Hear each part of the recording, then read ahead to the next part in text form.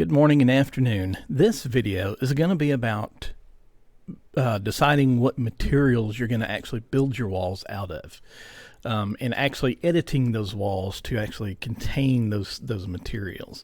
Some of the materials are pretty much standard, some are not. Now we've so far I've designed this house, especially when it comes to our elevations. We designed our walls to be 8-foot walls, and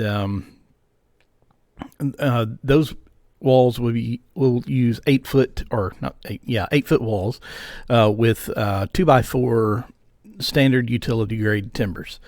Anytime you use standard utility grade lumber, your walls really cannot be any more than 8 feet tall. And two, that sometimes depends on the construction style or the framing style, framing methods and things like that. But in general, load-bearing walls have to be no higher than 8 feet. Now there are options such as using steel and engineered lumber. Steel and engineered lumber, you can build walls taller. Popular wall height is right around 10 feet. And you'll see a lot of fancier neighborhoods that are actually built like that, fancier houses. Now, of course, with that comes higher construction cost and also higher heating and cooling cost in certain parts of the year, such as summer and winter. And that's because there's more volume, more air volume to be heated and cooled. And typically only people who can afford it will definitely design a house with all 10-foot walls and have higher ceilings. Now, of course, you could build with 10-foot walls and have lower ceilings in some rooms and higher ceilings in others. There's various different, lots of different variations on that. But just to start out with this particular design, we're just going to stick with all 8-foot everything. Okay. And typically for the average person, that's what you're going to find anyway. So we need some wall materials. I'm going to click on one of these walls and I am going to go to the Edit Type button right here. Okay, it says Edit Type. I'm going to click on that and I am going to duplicate. I'm going to duplicate this wall and make my, my timber structured wall. And I'm just going to call it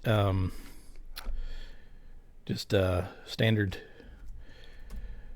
timber construction.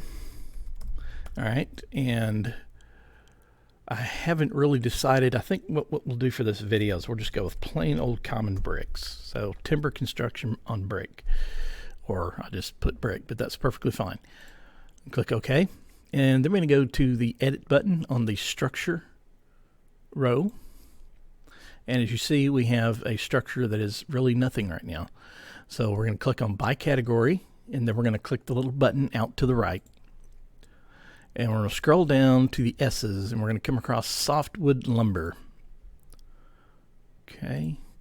And since we're going to use 2x4s, we have to put the thickness of a 2x4 in here. Now, many of you probably have forgotten the thickness of that, and that's something you really need to put into your head, because you'll have to remember that. A lot of things are going to depend on, let's say, the size of the wall, the thickness of the wall overall. Other things are going to depend on that thickness in order for them to be correctly designed. So the thickness of a 2x4 is 3.5 inches. Of course, there's two dimensions on a 2x4. One is the, the skinny side, looking at it from the skinny side, that is 1.5 inches, even though we call it 2. And then, of course, the 4-inch side, we call that 4-inch, but it's really 3.5 inches, and that continues on up through the lumber sizes. Changes once you get to once you get after a 2x6, I do believe. But right now we're working with 2x4s, so we want this thickness to be 3.5 inches. Okay. And of course, softwood lumber again. Now I'm going to go down to the middle bottom and just click insert several times. Probably have, 5 or 6 layers there. And I need to move most of these layers up above the core boundary, and I'll have one that I'll move below the core boundary. I'm going to go ahead and move this one below the core boundary. So I'll just highlight that line and then go down here and click down. Okay, so I need that one. That one's going to be my drywall, but we'll get back to it here in a moment. All right, now these I'm going to move up. Okay. Might not need that many, but we will figure that out in just a moment. Okay, so my first one is going to be the brick, and it's going to be named. I'm going to change the function of that, and it's going to be a finish.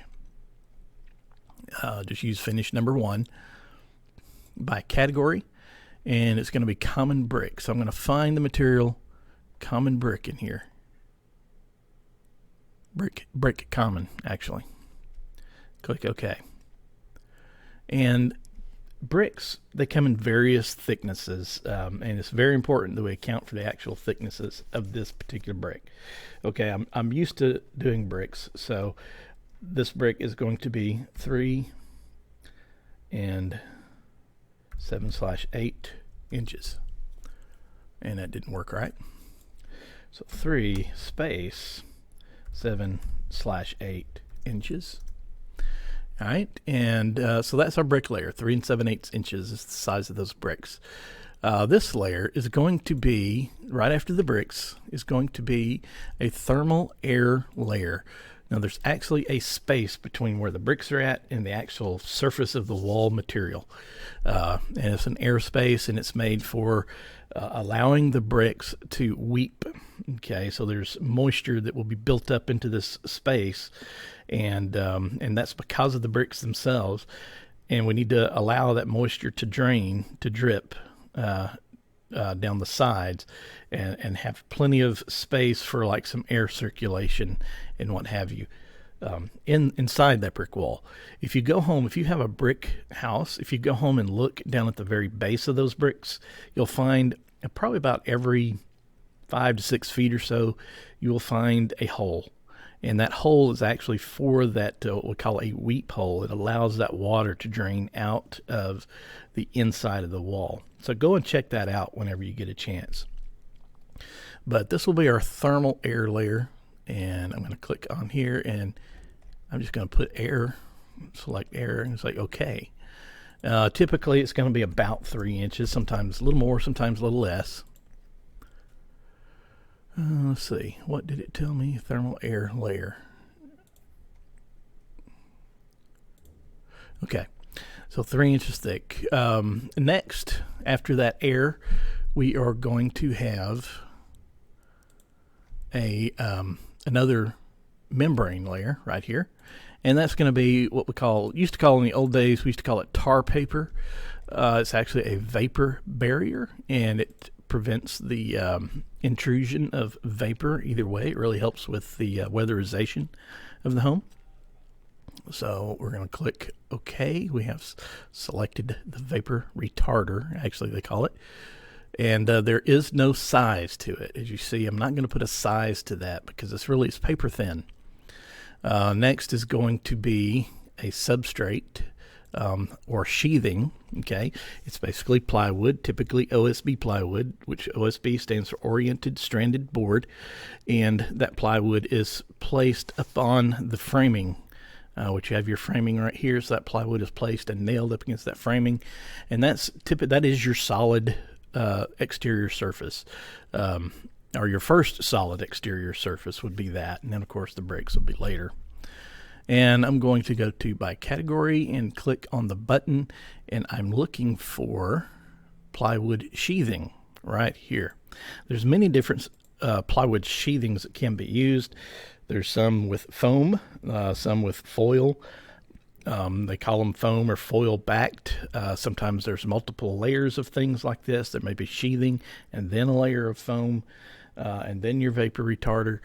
There could be various different things as far as to construct a wall, and they all have to do with the weatherization of the home, insulating the home, and making it where it keeps the heat in the wintertime, and then keeps the heat out during the summertime.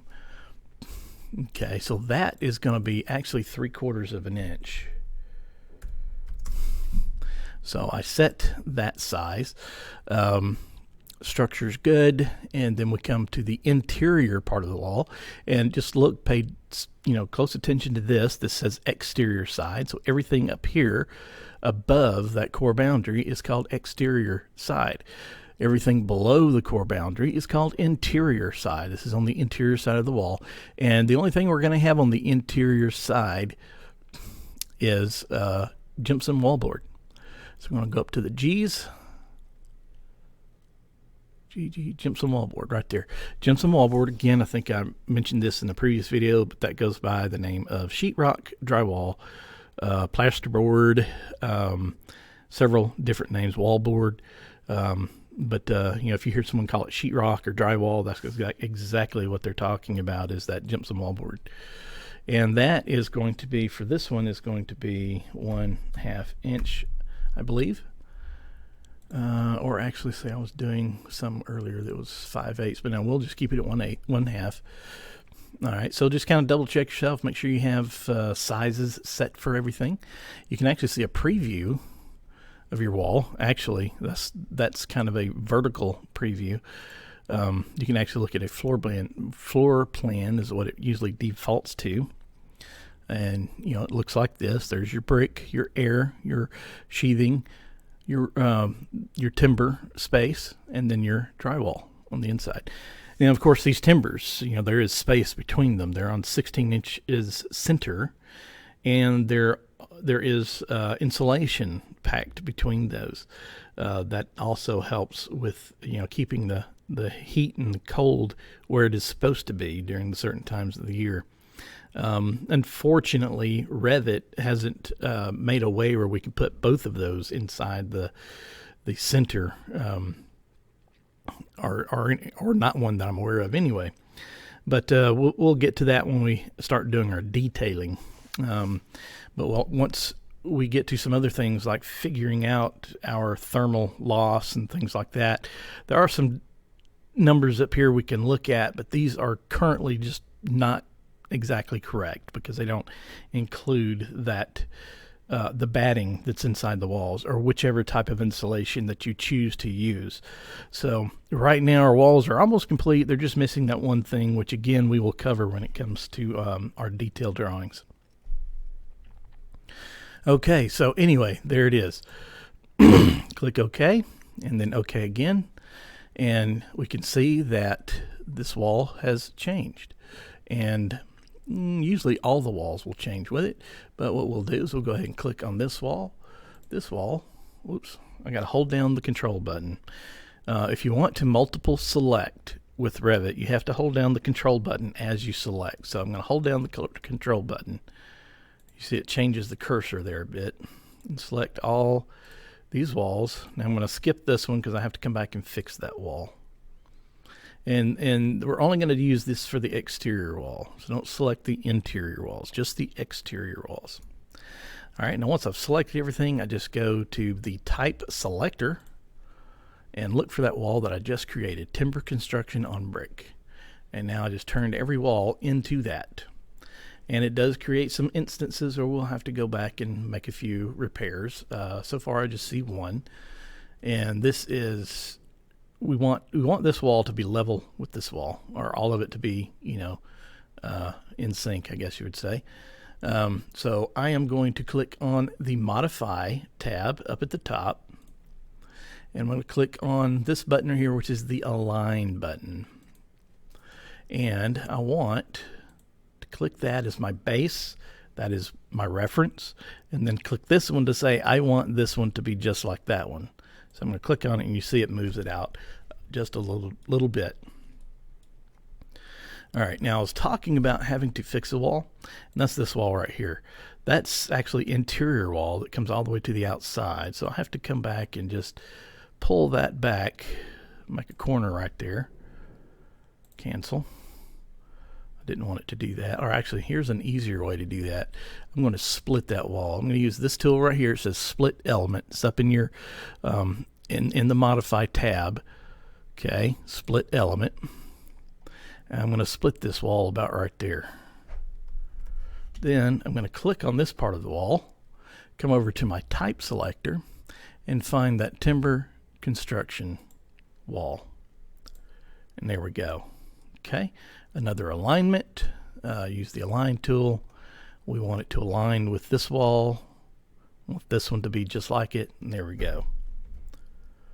And let me see, I need to reverse this wall as well. Right now that wall is backwards. I've got the bricks are on the inside and the drywall's on the outside. And I know that because when I highlight it, when I click on it, I get this little set of arrows right here. Those arrows, that marks the exterior side of the wall. And they are arrows because you can click on them and get them to change. That's where I want those arrows to be, is on the outside of the wall. Okay, so that's it for wall materials and a little bit of editing and fixing up there. Hope you get something from that. You should get a lot from that.